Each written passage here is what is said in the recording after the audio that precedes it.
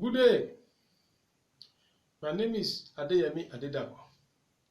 I welcome you to another series of EDU 332, Introduction to Educational Technology. Today, we are going to discuss the global historical developments of educational technology. No matter how developed a system is, it must have started somewhere. People do say that Rome was not built in a day. So the development of educational technology in Nigeria and globally has witnessed different eras before it gets to where it is presently. So we need to shed light on this, and I'm sure at the end of the lesson, you really enjoy it. You will now have a better understanding of the development of educational technology globally. Stay tuned. Good day. My name remains the same, Adeyemi Adedapo. I welcome you to our normal class, Edu 332, Introduction to Educational Technology. The course is all about theory and practice. During our last lesson, we were able to discuss extensively on the concepts of educational technology, the meaning of educational technology, and various definitions of educational technology. We also discussed technology in education, that is ET1, technology of education and instructional technology, ET2 and ET3 respectively. Today, we are going to look at the global historical developments of educational technology.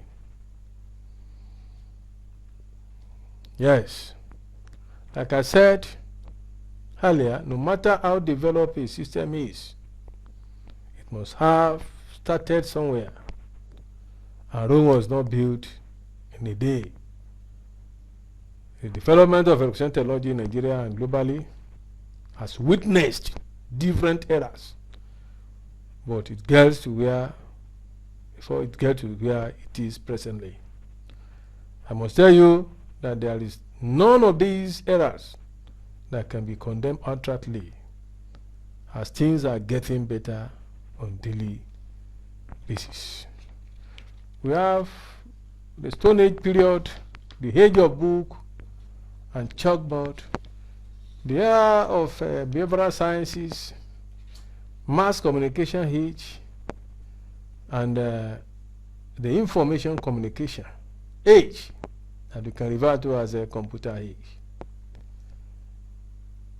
Now, the Stone Age period. Yes, you must have been told the history of early man at the elementary school. The activities of the early man who lived in the cave, and up to now, caves still carry some inscriptions and drawing.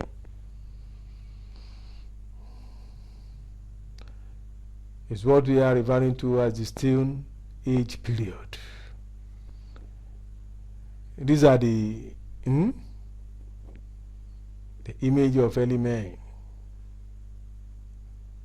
This is the cave. Yes.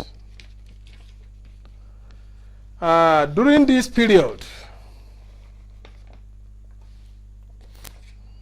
man at this time represented his thoughts graphically and also sent messages to others by scratching figures and symbols on rocks surfaces with stones.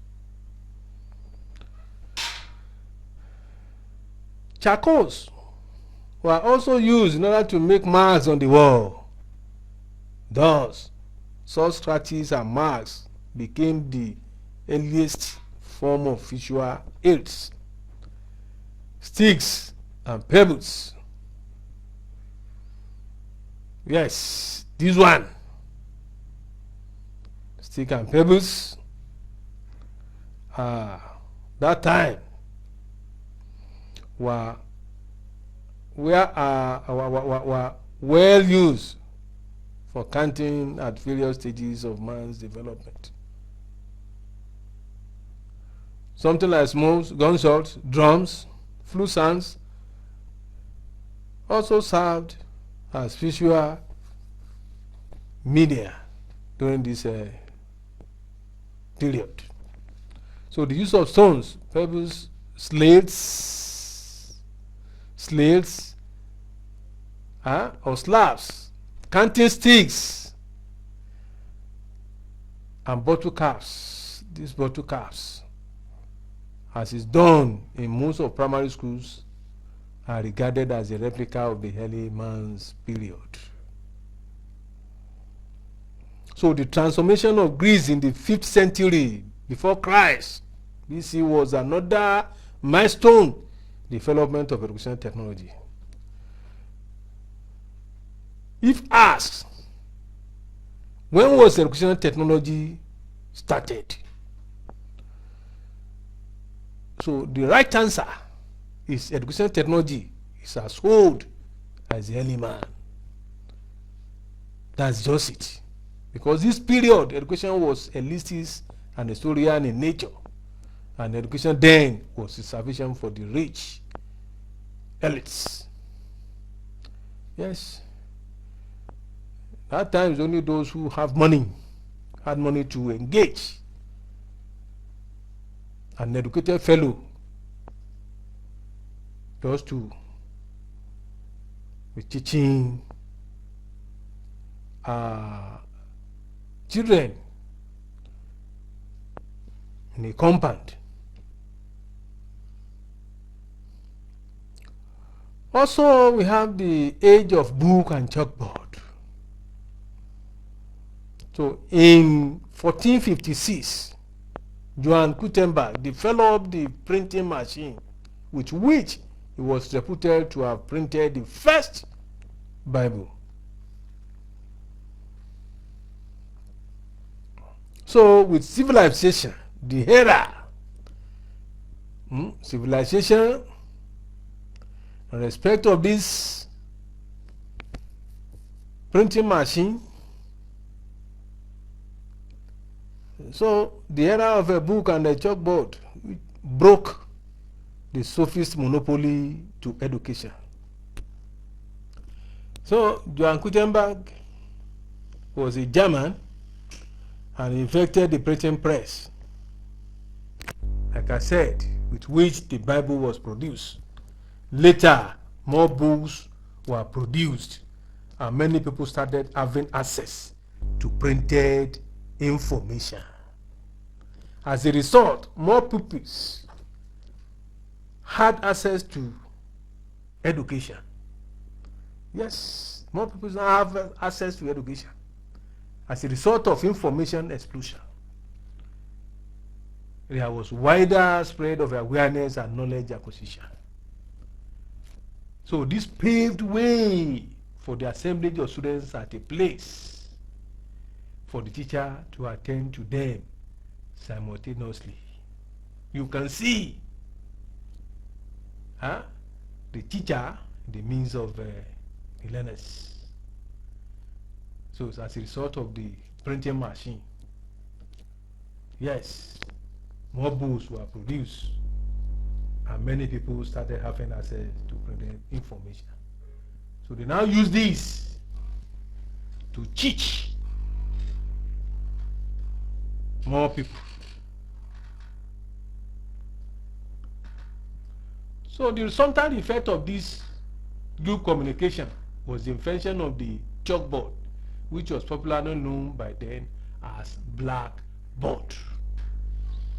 Now there is what they call this blackboard. You can see that it's black. So in some cities, yes, urban cities as well as rural areas in Nigeria today, they still have this as instructional aids. So they still have these as instructional aids.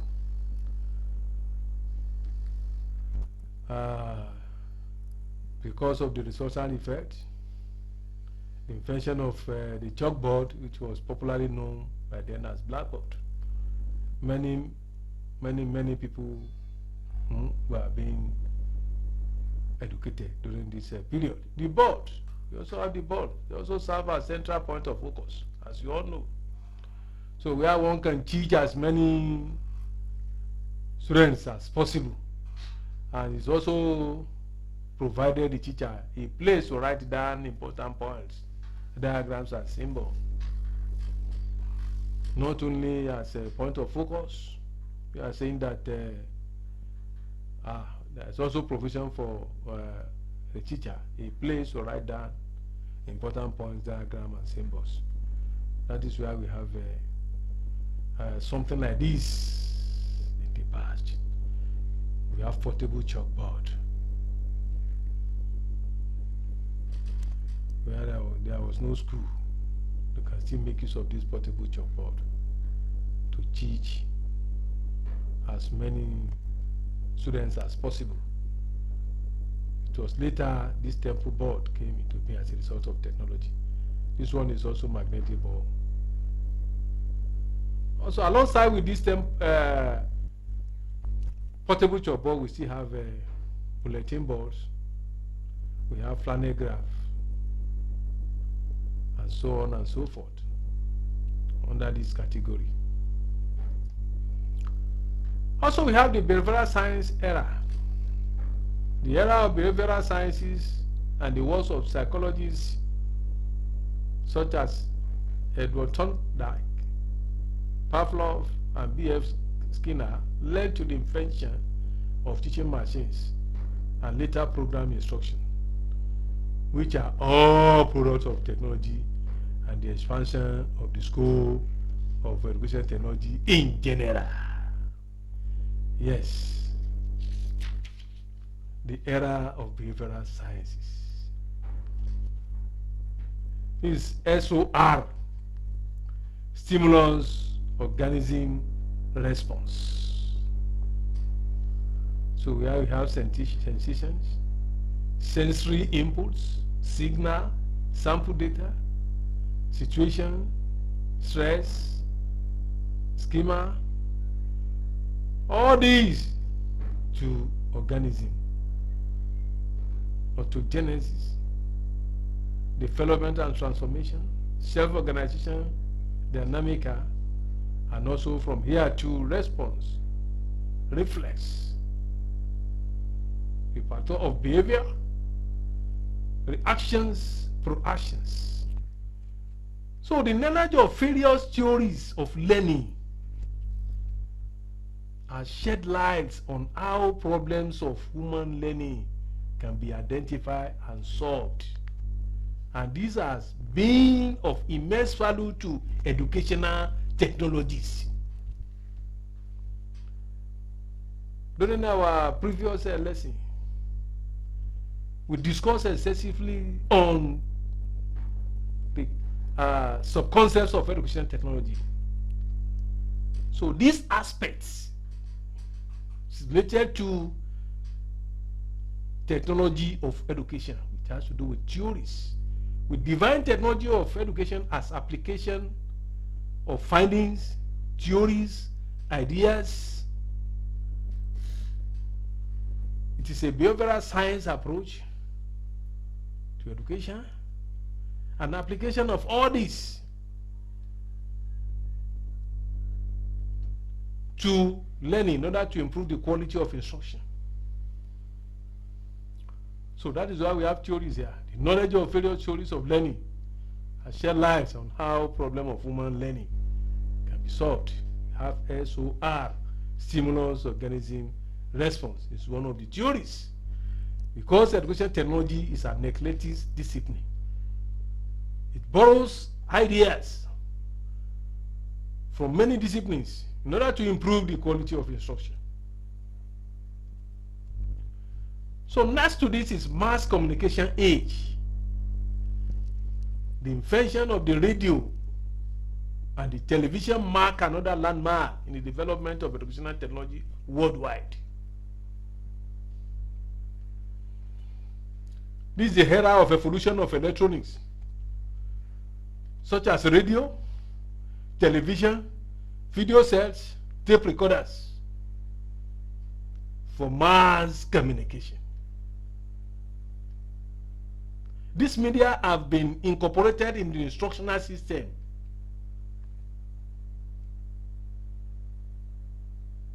So where we have educational radio today, we have educational television for giving both extensive and intensive mass education and making millions of people to receive formal and informal education at the same time. Making distance learning possible is one of the concerns of educational technology. So at the beginning, we made use of this mass communication, made use of radio, made use of television. In the early days, had Western broadcasting communication stations in Ibadan. We had the delayed educational programs, also radio programs on education. So prior to this development, the scope of educational provision was quite limited and very narrowed. So with the invention of radio and television, with the invention of radio as well as television, the world entered into the scenario of a mass communication and by implication, mass education. Yes, mass communication and by implication, mass education. So we now have during the era of mass communication era, we use black and white television. This is a typical example of this. Yes, of black and white television. As you can see, compared to what we are enjoying today, is black and white television. It's of various sizes.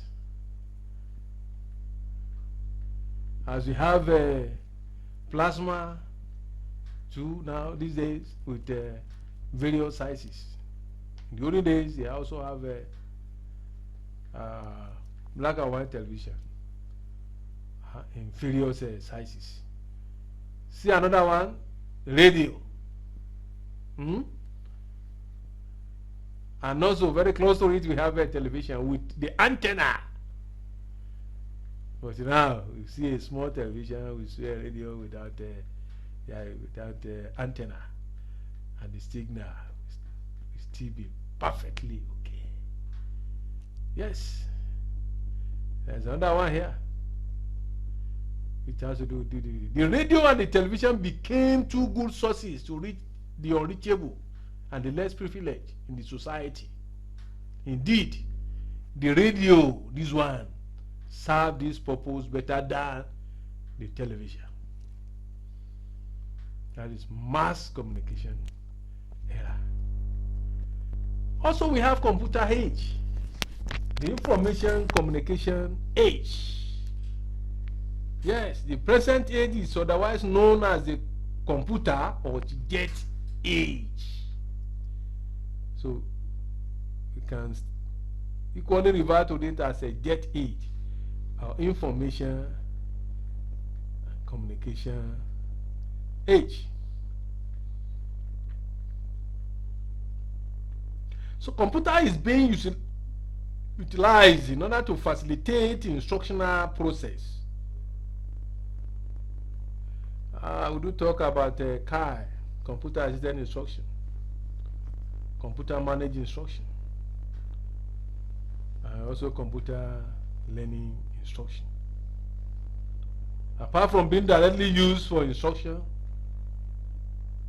computer is also used for processing education data, such as students' enrollment, student result, or any other records of staff or students. Electronic mails, email and internet, even the Inti now. Electronic boards, similar to the whiteboards, with special pens capable of transferring data written on it to the system. This is what they call interactive whiteboard or interactive smart board.